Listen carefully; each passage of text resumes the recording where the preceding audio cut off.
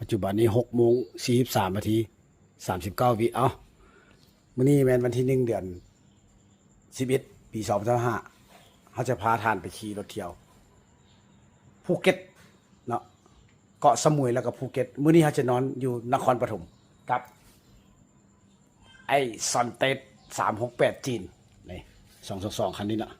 เห็นบ่เตรียมความพร้อมเรียบร้อยช่วงนี้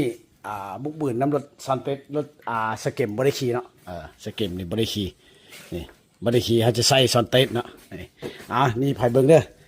ได้ยินเม่นมาว่านี่ LS บ่นี่ LS นี่ไอ้ลูกชายเนาะนี่แต่งเรียบร้อยแล้วเฮ็ดลูก60 ปลายโอเคเดี๋ยวสุดหน้าเขาจะใช้รถสเก็มไปลุยทางวิบากเนาะช่วงนี้แม่นเอาบักซอนเต็ด368จี้ไปก่อนลาวอะไรนี่จัดไปเบิ่งกันตอนต่อไปท้ายแลนด์จัดก่อนออกจากบ้านกะเข็มไม้เฮาของเตอร์เฮาเนาะ14,493 กิโลเนาะครับภูเก็ต1,500 ลักไป1,500 กับ 1,500 เดี๋ยวไปรออีกกันตกอยู่ประมาณ 3,000 กว่าลักไป let's go let's go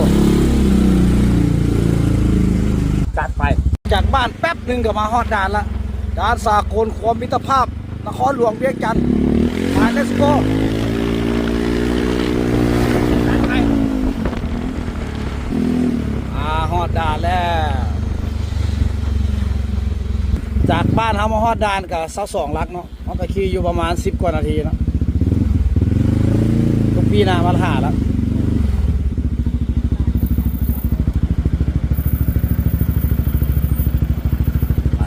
ได้เขาท่าวันนี้เห็นเสร็จบนคืน เพื่อนท่าเขาอันนี้นะไปจัดไปข้ามฟากกำลังขึ้นไปกำลังขึ้นด่านสากลน้องค่าย